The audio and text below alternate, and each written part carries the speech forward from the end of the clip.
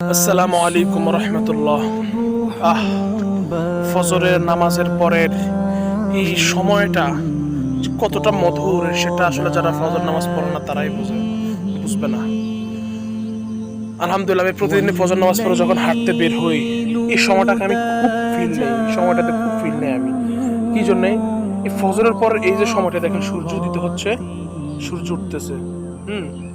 এই যে সময়টা দেখতেছেন না, এই ফজরের পরের এই সময়টা আসলে এক নম্বরে এই সময়টা হচ্ছে এই বাতাসটা প্রাকৃতিক বাতাস, যেটার মধ্যে কোনো বিষাক্ত বাতাস নাই, সেটা আপনি ইচ্ছা মতো আপনি গ্রহণ করতে পারবেন। দ্বিতীয় নম্বরে আপনারা বিশেষ করে আমরা যখন 8টা-9টা পর্যন্ত ঘুমাই ফজর নামাজ না পড়ে, এই যে ফজর থেকে 8টা-9টা পর্যন্ত এই যে 3-4 ঘন্টার সারাদিনের থেকে কিন্তু 3-4 ঘন্টা মাইনাস হয়ে গেল।